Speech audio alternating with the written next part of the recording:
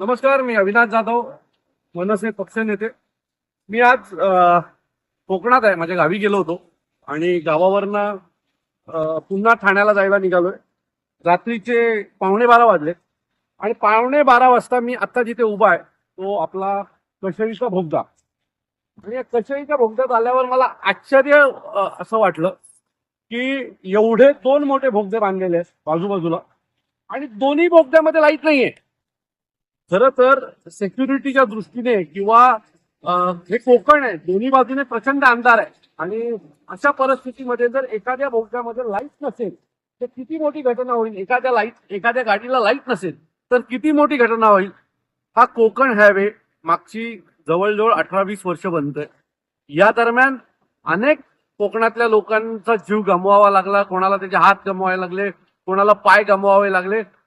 आता कुठेतरी ते थोड्याफार प्रमाणात झाल्याच्या नंतर देखील आता आज मी आल्याच्या नंतर मला इथे पाहतोय लाईटच नाहीये. आणि 2 दिवसापूर्वी मी इगतपुरीला गेलो होतो पक्षाच्या कामासाठी आणि इगतपुरीला मी जात असताना मी नवीन जे समृद्धी महामार्ग झालाय तिथून आतून घुसलो आणि आता समृद्धी इगतपुरी ते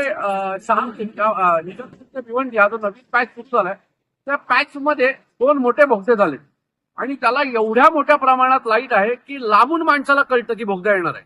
आणि आजूबाजूच्या सगळ्या लाईट्स या चालू होत्या.